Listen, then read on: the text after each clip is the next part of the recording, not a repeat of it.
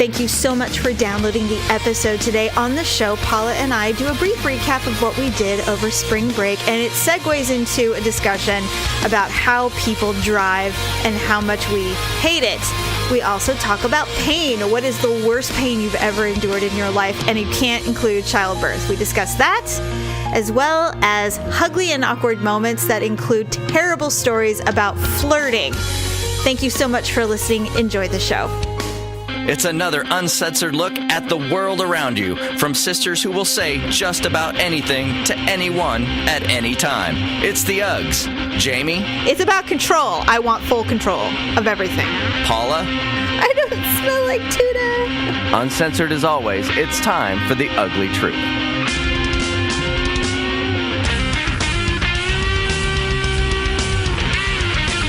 Welcome to The Ugly Truth. It is episode 264. Ugh. How's your allergies? They seem to be okay so far. My nose has been a little stuffy, but... Oh, that's good. Yeah, my eyes, I literally just want to rip my eyes out like that girl that was on bath salts in the South. I just want to rip them out of my eye. They're so itchy. It's driving me nuts. Well, welcome to spring. Yes, exactly. Welcome to spring. Achoo! Okay, so welcome to The Ugly Truth. I'm Jamie with my sister Paula. The week is spring break for our children. It was last week. It was spring break. And when you follow like weather apps or whatever, you can see ahead what are going to be the best days to go do something fun.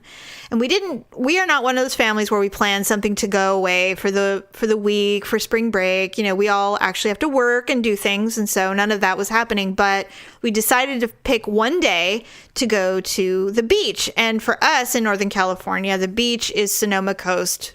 So it's like a little past Bodega Bay. Mm-hmm.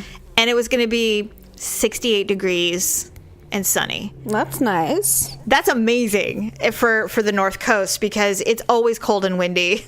You're lucky to get really good days. In the summer, it's not so difficult, but in the spring, it's really hard to get those really perfect beach days. And so we're like, oh yeah, let's do it. So of course, Daryl decided to try to escape a little bit and go with us because he doesn't like to miss out on anything. And I don't blame him. So it was really fun because it was me and then our 17-year-old Malia and then our 22-year-old Mackenzie had the day off. And so she wanted to come. And so it was like a really cool, like retro beach trip with the fam. Yeah. And Tyler was super jealous because he wanted to go, our son. But he had to work, of course. And then, of course, our other daughter lives in Virginia, so she couldn't obviously make it. Mm-hmm. So the four of us journey on down to the Sonoma Coast beach line. It is, Paula, perfect. There's no traffic. There's no people. The beaches are not, there's like hardly, a smattering of families are there. It was like so amazing. The weather, I mean, you just couldn't ask for a better day. The only thing that sucked was I was PMSing. Oh. So I was cramping, I was bloated, so I wore all black, you know, and just, I felt like a witch, you know. I wasn't being mean to anyone except for Daryl, of course, because that's just the way that goes. And whenever I'm PMSing and he has to drive us anywhere, I mean, it's just the worst. I'm so mean in the car. He can't do anything right. Do you like the way Daryl drives? I hate the way Daryl drives. I hate the way Victor drives. I absolutely hate it. I hate it so much that I actually think about what it would be like if he just didn't exist so that I could do this. I think it's because I'm a control freak, honestly. He doesn't adhere to the rules that I grew up with, and I file through this hateful rhetoric in my brain whenever we're driving. It's like, when you see brake lights, you put your foot over the brake. When you do not ride anyone's ass. And I think what it is, and maybe it's the same with Victor, men have egos and they don't like to be one-upped anywhere, ever. And I understand it. I get it. But when you have a car full of people and you're mad that someone's going to try to pass and get in front of you when you don't think they're entitled to do it, you don't get to speed up and try to cut them off from doing it. Just settle down, let them do it, let them be the asshole, and then we all live, and it's fine, and everyone's great. But Daryl gets mad. He's like, oh, hell no. And I'm like, I don't know why you're doing this right now, but I want to punch you, because just let that asshole in the $500 car pass you, and let us move on with our life. Please. Victor, he has this thing where he insists on driving in the fast lane, but there's always going to be cars that want to go faster than him.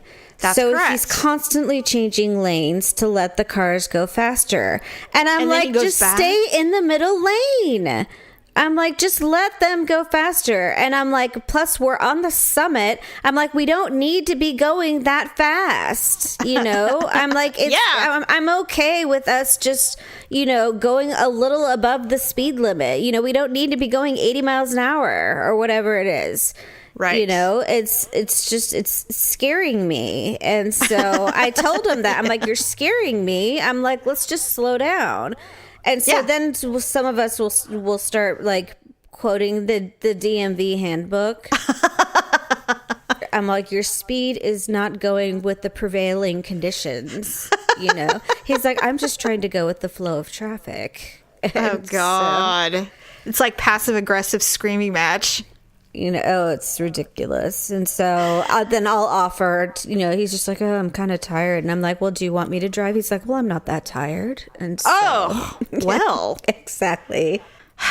I don't know why I hate it so much. And of course, then if I have lost it and I'm like, I hate the way you drive. You're going to kill us all. You know, you don't see ahead 3 cars ahead of us ever.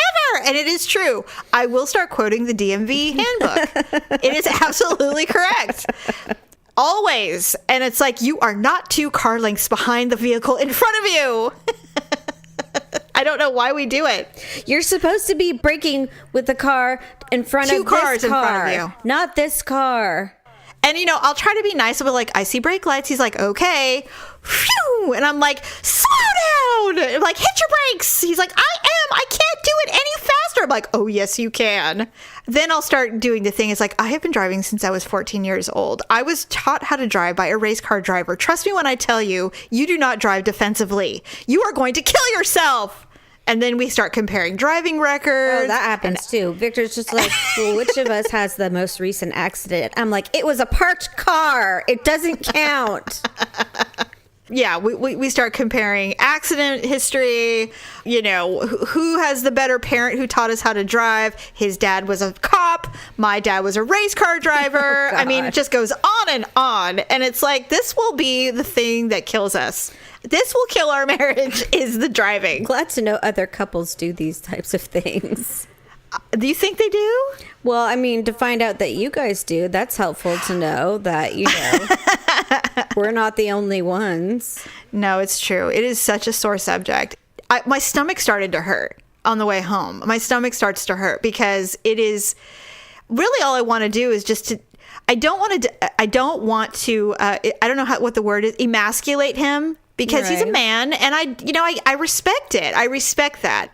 But at some point, I just want to do the thing that a lot of people do. It's like, just pull over. Pull over. I'm driving. First of all, he would never. He would rather die than pull over and let me drive. Right. It'll never happen. No. I mean, ever. So I just figure, well, this is just going to be the thing. This will be the thing when we end up in marriage counseling that we fight about is driving. And then the counselor will be like, well, what is this really about? It's about control. I want full control of everything. That's correct. And he knew what he was getting into. So but the driving thing, man, Paula, it is very difficult for me. Very hard. I tried to take a nap on the way home, but I felt like I had to be alert because I couldn't sleep because I had to watch him the whole Every time. Paula, yesterday, I started to relax for a moment and I averted my eyes to the side of the road to look at something. And of course, immediately he slams on his brakes. And I went, okay, well, I guess I'm just going to have to be his eyes. Apparently, I'm going to have to just yell at him the entire 3-hour drive home, apparently. Because the second I relax and think that he's got it under control, we're going to plow into a Mercedes-Benz at 80 miles an hour in the fast lane, mind you. So, yeah, apparently so. And then I think he even said on our way there, I said, hey, did you hear about the guy that got killed at Sonoma Raceway? And he's like, what? I go, yeah, he was going like 100 miles an hour and he slammed into turn 3 and he killed himself. Because he wasn't paying attention. He wasn't paying attention. God. First death in 30 years. Yeah, so you combine that with PMS, and it was just a joy to be with me yesterday. No, you know what? I really didn't start getting irritated with him until the end of the day when I was growing tired. That's when the hormones really kind of take over. And the thing is that he knows. We've been together far too long for him not to know that shit's getting real in about 24 hours, and this is the prequel. So he knows. So he starts to divorce himself from the group because it's me and my 2 daughters. Yeah. So he's physically removing himself from our area. He's like 20 feet away sitting on a rock, throwing rocks. He's literally throwing rocks at a feather, trying to hit a feather. And then, of course, we all notice. And Mackenzie's like, Dad, why are you far away from us? He's like, what? I'm just resting. And we're like, then, of course, now that the 3 witches have turned their attention towards the male who has tried to peacefully remove himself from the group, we start criticizing his skills. We're like, you can't hit that feather, Dad. He's like, yes, I can. He's like, fuck that feather! And he kicks it and he walks away. Just ruining his life. God. So, it was really funny, actually. I mean, it's fun to torture, when you're being ganged up on. I'm sure he didn't like it, but we found it hilarious. Yeah. So speaking of, of course, yes, I'm hemorrhaging today, and it sucks. Or the next day I was. But I was reading something that it's an invention. They have all those stupid inventions to try to make your period eco-friendly. The menstrual cap, reusable pads, and all that stuff, right? Right. I realize that there are women who swear by these products. I don't know anybody, but I'm sure that the women who swear by the menstrual cap, the thing that gathers your blood in a cup and then you pour it out. That's gross. I couldn't do it. Like, I just can't with that. But I know women they swear by it. They think the cramps somehow are better. I don't know.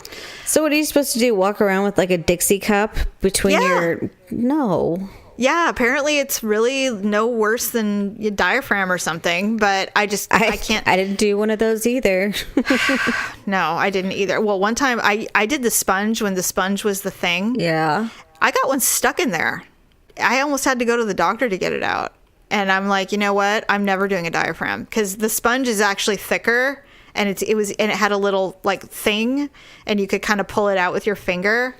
I don't want to finger myself like that ever again. Like, it was the worst thing ever. I finally got it out, but it was not pleasant. Sounds invasive. It was incredibly invasive. So yeah, I'm with you on the cup, and I'm not rewashing pads. I'm not doing that. I'm not doing it. But I mean, with blood clots and stuff, oh my God, I just can't even imagine. It's like washing your underwear in the toilet. I just can't do it. I don't want to do it. But this new invention, now I didn't get super into it and I don't know the name, so I'm just going to give you the basic premise, is reusable tampon applicators. Applicators? So, yeah. So when you buy tampons, you get the plastic applicator, and then you put the tampon in and you throw the applicator away. It's plastic. Now they're fairly recyclable, I'm sure, but there's a ton of them in the junkyard or the where all the garbage goes. Okay. There's a lot. Yeah. If you think about all the women, it's 70% of women in the United States alone use tampons.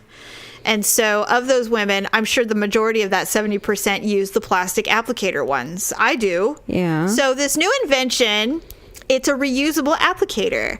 And it is created so that it's micro by something where there's no way that bacteria will harbor in it. You can wash it, clean it out or whatever, like once a month after you're done using it. You can actually re-sanitize it because of the stuff it's made of. There's no sharp plasticky edges or anything like that. I did not see if they provide you with the actual tampon. I assume they do.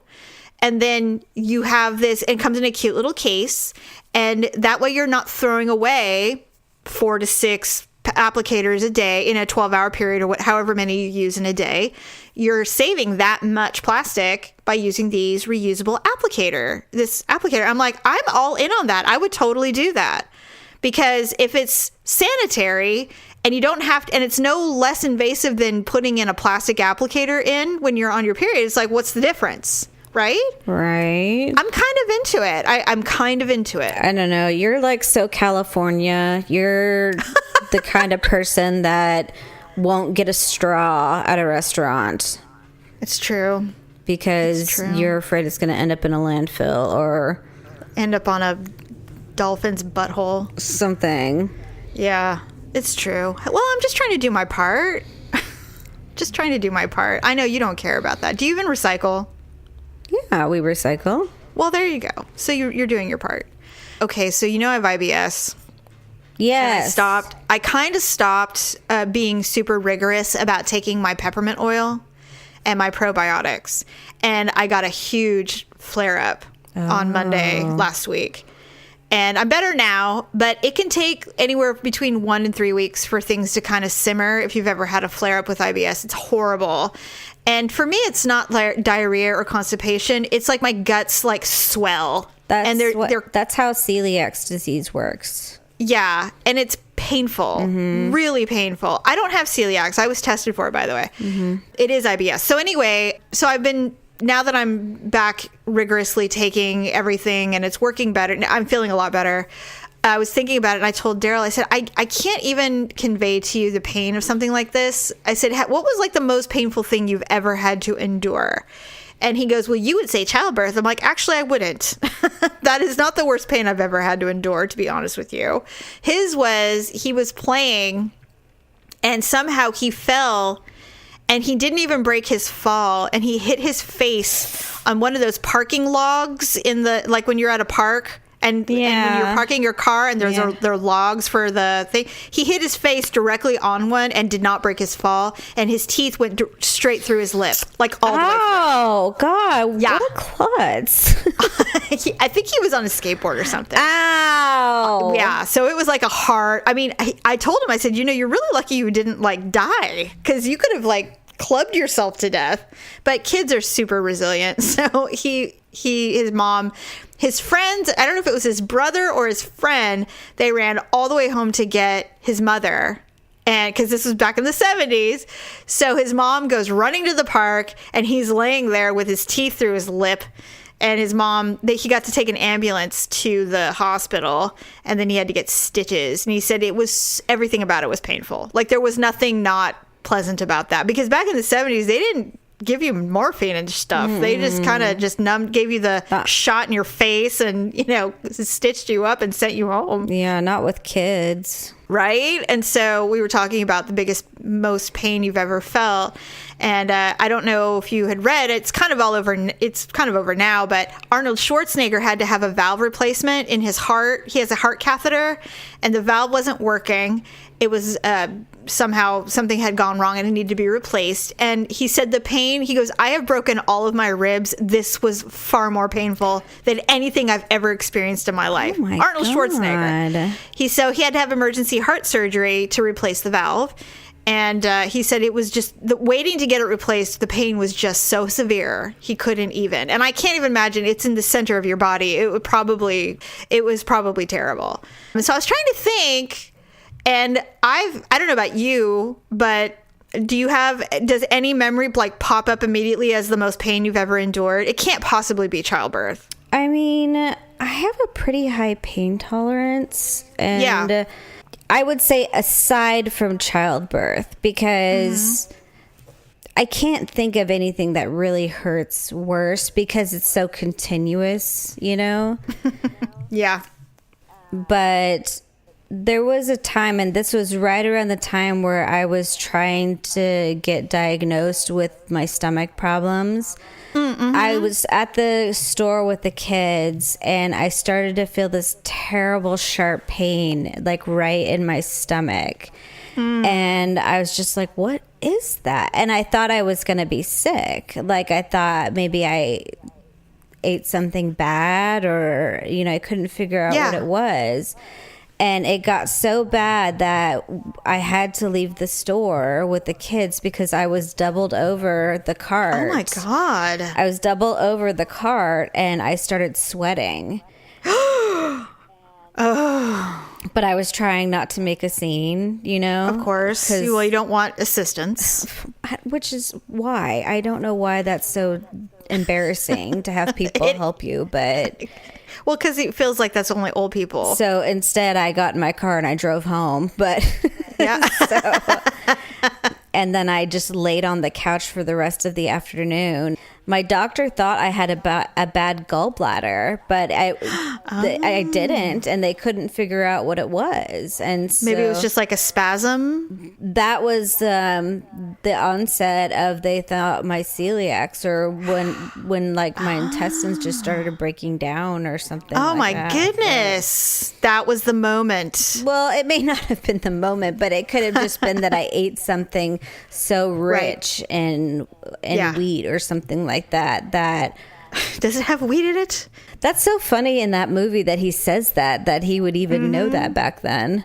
Back in the day, he had celiacs. Nobody even mentioned it. Or the writer would even know enough to say that. Somebody in the writers' room, Nora Ephron's like, I do have celiac disease. I should probably put this in here somewhere. So shout out to the celiacs. That'll be funny. Everyone will think it's funny, but we'll really know it's terrible. He can't have wheat. Before gluten was anything, before gluten-free was a thing. Everyone thought it was so hilarious. Yeah, does it have wheat in it? I don't think so. And now they watch that, they're just like, oh my God. He had celiac disease. What a cruel woman. Yeah. What kind of wedding would that have been? That was a revolutionary. He was revolutionary. Thank you, Nora Ephron. Rest in peace. So I was thinking about it. I've had a couple of instances outside of childbirth, and childbirth is painful, but I think the reason that I don't qualify it as the most painful thing I've ever experienced is because there's always a beginning and an end to it. It's not going to be forever. It's like to be expected. So yes. It's not like getting stabbed or something like that. Right. It's like, what's happening in my life? Yeah, you know exactly what's happening. Yeah, it's not like it just came out of nowhere and you're just like, what the hell is going on? Except for those women who didn't know they were pregnant and poop out a baby in a toilet, which I never get. But then did they really even feel pain? That's what I want to know. It's like, if it's as bad as a bowel movement, I mean, that's not even fair. Oh, really? What kind of shits are you taking? I mean, it's like you pooped out an 8-pound baby and it was nothing to you? It's like, come on. That's not right. You need to really endure the way the rest of us do, writhing in pain on our backs, wondering when this is going to end, scolding and scaring everyone in the room. I mean, that's the kind of pain. Not only that, you need to see a doctor, because if your dumps feel like that every time, something is wrong. God. Very wrong. You're eating way too much meatloaf. Damn. Right? So Daryl and I were having this conversation in the kitchen, and I said, it is probably the most painful thing I've experienced, although when I had that hernia, that hiatal hernia that I had, or whatever, and my intestines, when your hernia burst through your intestine. Yeah, my intestines stuck through the hole of the hernia and then they died. That was really painful. But the most painful thing I think I've ever experienced was when I was 15, I went skiing with some friends, and it was spring skiing, and my ski got stuck under a tree root the snow was super thin, and the tree root was sticking out, and I didn't see it, and my ski went right under the root, and I helicoptered over it, and I twisted my knee and ripped like all the ligaments. It was really painful. But what was more painful was cheer tryouts were less than a month later, and I thought I was feeling better. So I was stretching out. It hurts my body to even tell you the story. I, like a fool, was standing on my bad knee, and I was doing kind of like a tree pose, stretching. And I had all my weight on my bad knee, not knowing it was my bad knee yet. And my knee dislocated. And I fell like a puddle on the ground because the pain was so unbelievable. I couldn't even breathe. I've never felt pain like that in my life. It was unbelievable. The football coach came in and was like, let me look at it. And I'm like, am I going to lose the leg? Because I feel like I've lost the leg. He's like, you dislocated your knee, but it snapped back in because some of my tendons had healed. And so it didn't stay out, but it had dislocated temporarily and then popped back in. I had never felt pain like that in my life. When you see those football players get those knee injuries, I have to leave the room. I can't even watch it because I know what kind of pain they're going through. It makes you want to throw up. I've never felt pain like that in my life. In my life, I never want to have another knee injury ever. So if you've ever had a knee injury from like football or lacrosse or softball or any of those things, You have my sympathy. Wow. When I see those dudes walking around on crutches after knee surgery and stuff, I know what they're going through, and I'm like, give them as many pills as they want. It hurts like hell. And of course, back then in the late 80s, there was no Norco or Vicodin for kids. No. I had to take Advil. I mean, it was not good. It was horrifying. Horrifying. Thank God the football coach knew what to do. You know, he wrapped it real good, and I had him wrap it every week. I would go into the locker room, and he would wrap my knee for me. Wow. Yeah, it was brutal. Brutal. I made the team, though. The football team? No, I'm just kidding. No, cheer. At least I made it. But still, it was rough. It was rough. So that's the most pain I've ever experienced in my life. It was just, I never want to feel that again. I don't blame you. Yeah, and I've slammed fingers in car doors. I've fallen. Sure, yeah. You know, I've done it all. And, you know, I can't even think of a heartache, like someone breaking my heart, where even it hurt that as bad as that knee injury. Seriously bad. I never want to experience it again. Ever. I can, but... Well, that's true. I probably could if I, you know, I mean... I don't think you can. I don't think I can either. I don't view relationships the way you do. Yeah. But I will say the first time a boyfriend broke up with me, I was pretty devastated. Yeah. No doubt. I mean, I was devastated for sure. And then I just get mad, and then I go dead inside. So it's a pretty short-lived pain. So I think that's why. Yeah. It was funny. I was talking to Mackenzie about this yesterday at the beach, or the other day at the beach, I should say. And she was saying something about, she's like, I don't have any fond memories of any past boyfriends, like none of them. And I said, I get it. I said, but instead of looking at it like that, you should just look at it as lessons. You know, if you can look at it as a lesson, then you've learned something from it, and you know you'll never make that mistake again, then you're good. You know, then you're golden. I look back at all of my choices, and I look at them as lessons of what not to do ever again. So, but that's me. Sometimes wish that I had the gene that you do, which is, you know, actually being sad over the loss of something like that. Mm-hmm. I don't have it. And you're right. You know, like if something happened to producer Deb and I, like if we collectively ended a relationship, I think that would be the one that would be devastating to me. Like it would literally change my DNA. Yeah. But anything before that, I think I knew that it wasn't a permanent thing, and so I never really gave it my 100% anything. Yeah, I think which is that's different. The difference. Yes, because I know you give it 110%. When you're in, you are all in. For the most part. I mean, there's certain ones. There's been certain ones that weren't, and like you said, if you know that you're not giving 100%, then it doesn't really hurt that bad. Right. That's true. But I am a little jealous of you in that sense that you're able to just buy all in. And even with Daryl, I wasn't all in for years. You know, it took a long time for me to decide to be all in, and I was married to him. Well, that takes a lot of trust. So. Yeah, I do have trust issues for sure. I had commitment issues too. So, I mean, I'm just a mess. You just have issues. I have a lot of issues. So here, let's see. Well, you have a lot of issues in your world always. But I take medication for those. I know. And that's another thing I'm jealous about. Although I do appreciate the bleed over, because when you don't need something, you're like, here, take these. You'll love them. But only take a half. Take a half. No more. You're a rookie. You'll kill yourself.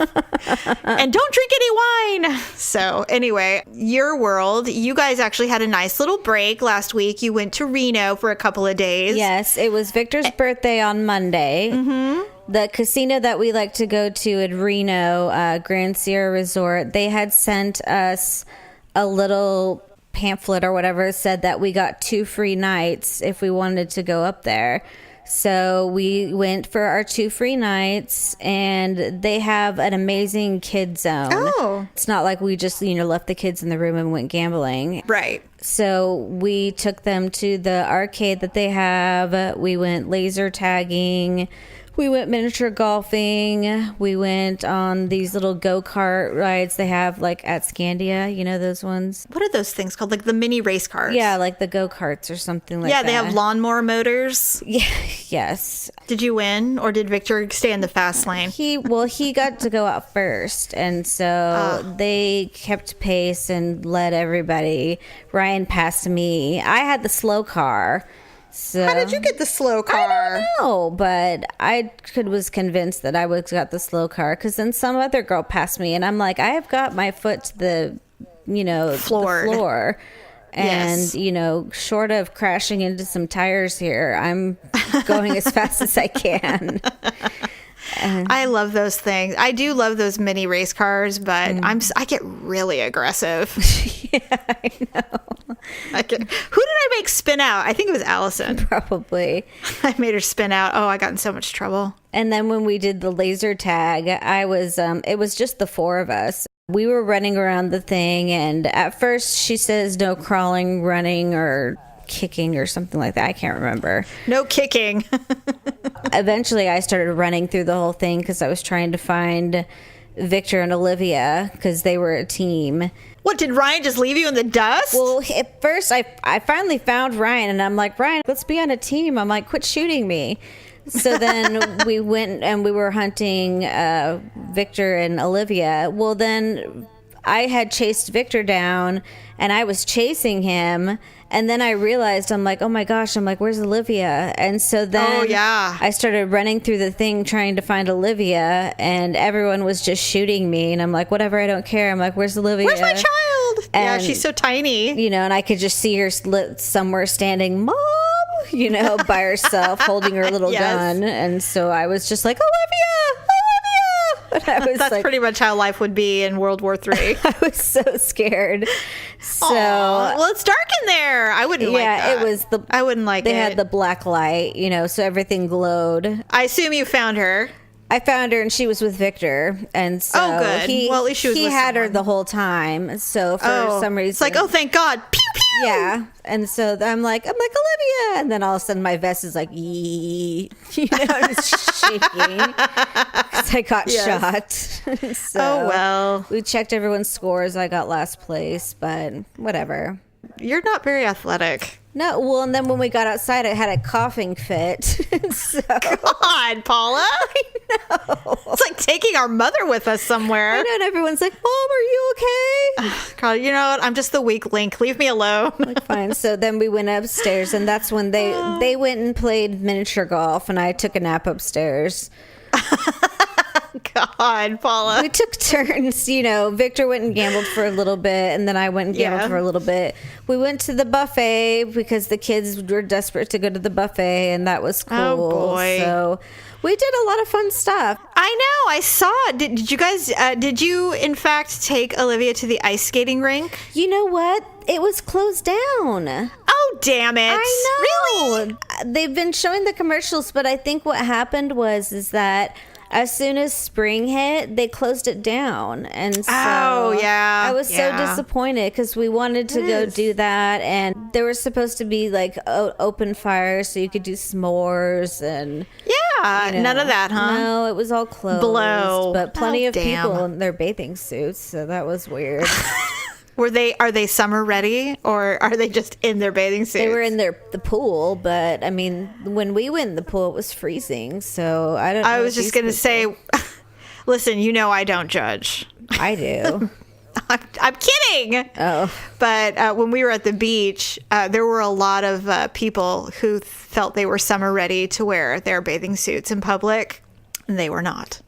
It was not yet time. Yeah, we caught an elevator with a bunch of people in their swimsuits, and I was just like, "Oh, interesting." It's like they have coveralls for those people. I'm like, yeah, you might want to wrap that towel a little tighter. I'm just saying, and it's not about fatties. It's just we all look like the underside of a fish right now. I mean, it's only March or April now, but it's like nobody's body has seen a ray of light in months. I mean, it's been warm for a day. Less than 24 hours. We're all pale. We look like we should explode upon contact of sun. I mean, come on. I actually even thought about getting a spray tan because I'm so pale and unhealthy looking. Well, I'm just, I know what happened last time I got a spray tan. What did we call you? Mystic P. Mystic P. I thought about that. We got spray tans for your wedding. Yeah. You were like a dog. You were so shocked by the spray hitting your body that you peed. It startled me.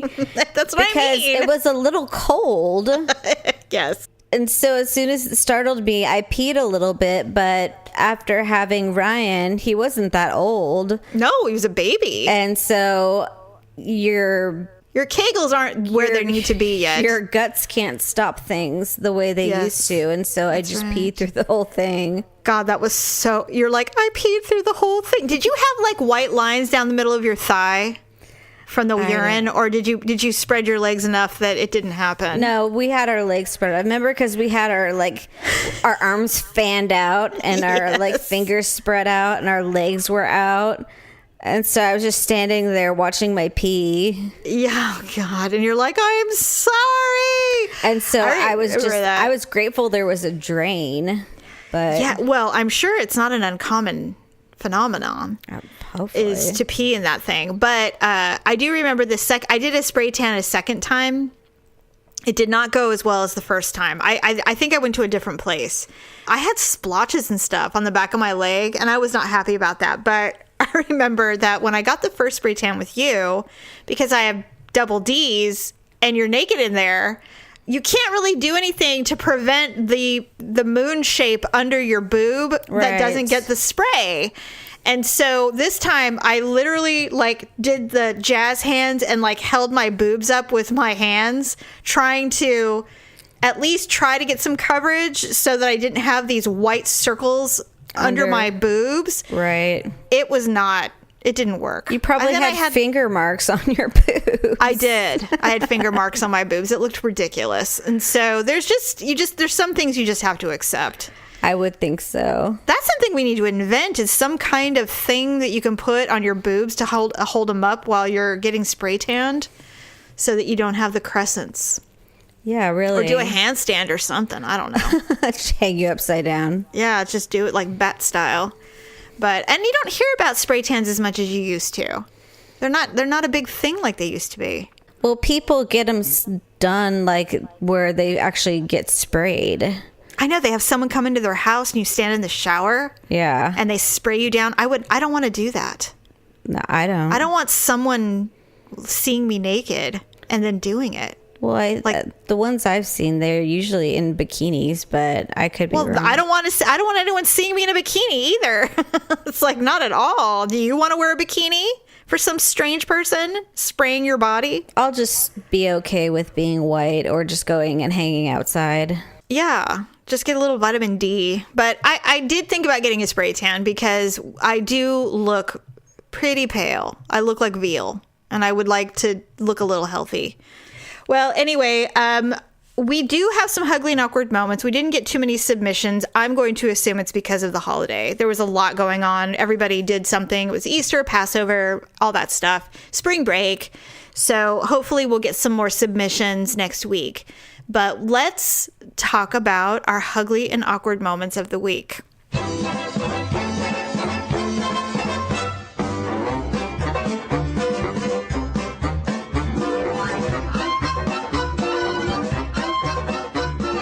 I don't know exactly why, but I'm a terrible flirt. I am not good at flirting at all. I like to be the pursued because I'm so bad at it. It's not even that I wouldn't pursue a boy if I wanted to. It would not be successful. I'm not good at it. I know you're a good flirt. I've seen you. I've seen your work. Yes, I flirt well.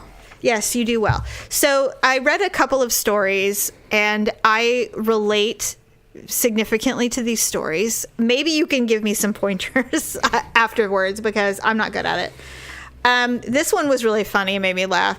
When my boyfriend and I first started dating, we were making out and I tried to do this sexy leg kick. I don't really understand what she was trying to do here, but she ended up kicking him in the face instead of, I think I know what she did, and she gave him a bloody nose. I think that they were sitting kind of side saddle, and I think she wanted to do a sexy kickover and straddle him. Okay. And she missed, and she kicked him in the face instead of doing a clean sweep over. She wasn't as bendy as she thought. Interesting. She was trying to be flirtatious, and it didn't work. Yeah, I don't find many guys are moved by kicks, but...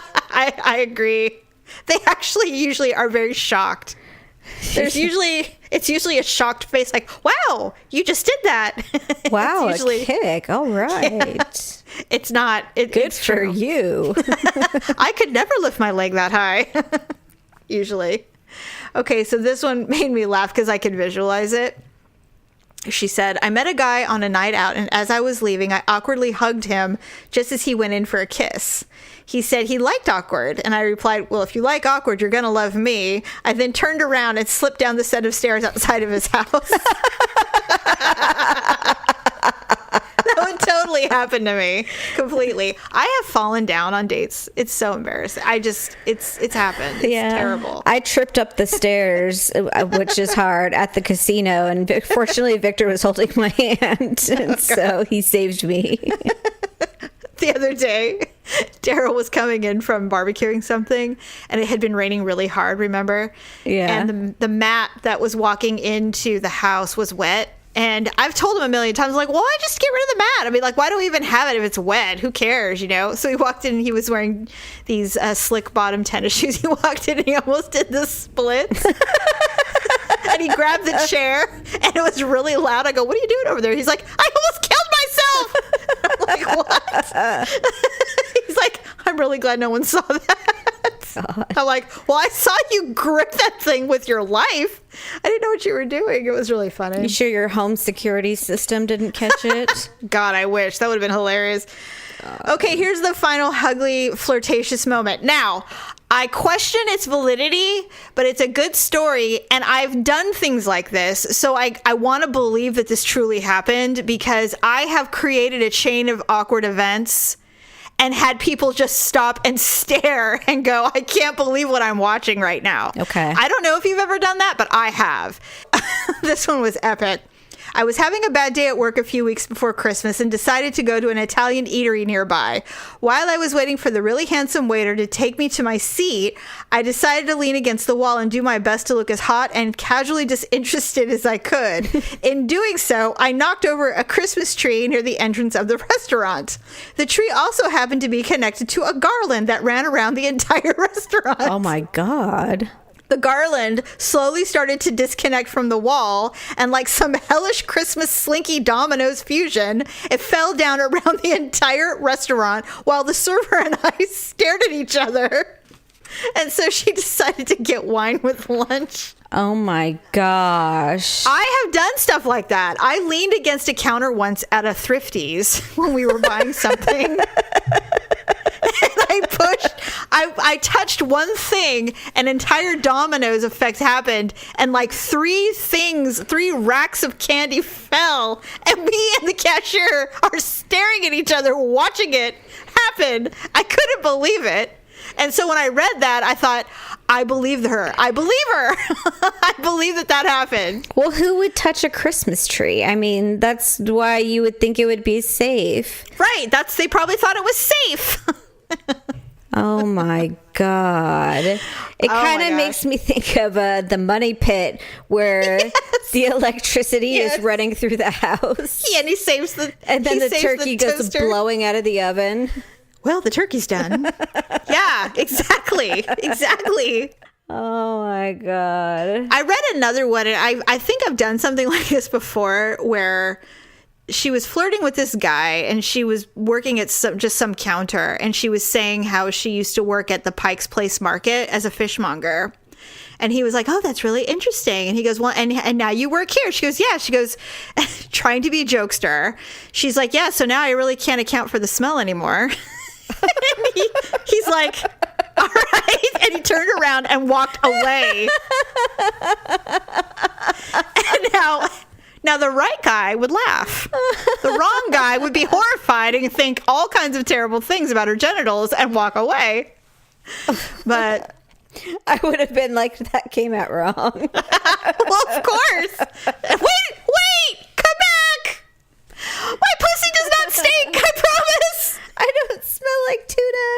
You're making it worse. Shut up.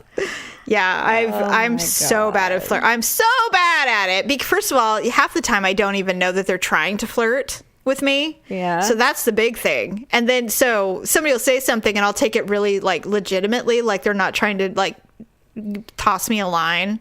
Well, I got a big boat too. And I'm like, oh, really? That's really interesting. How fun for you. I don't like boats. Yeah, really. That would be me. I get seasick, but... Yeah, I throw up on boats. But anyway, nice to meet you, Hank.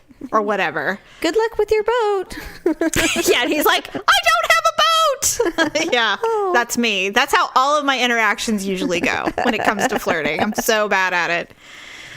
Oh, how funny. Anyway. All right. Yes. Well... Thank you, everybody, for joining us. Hopefully next week we will get some real live HUglee and Awkward Moments. Mm-hmm. Be sure to keep shopping the Amazon and Avon links. Yeah. Other than that, have a fabulous week, and we'll see you on Sunday. Bye. Thanks for listening and sharing the show. See you next time on The Ugly Truth.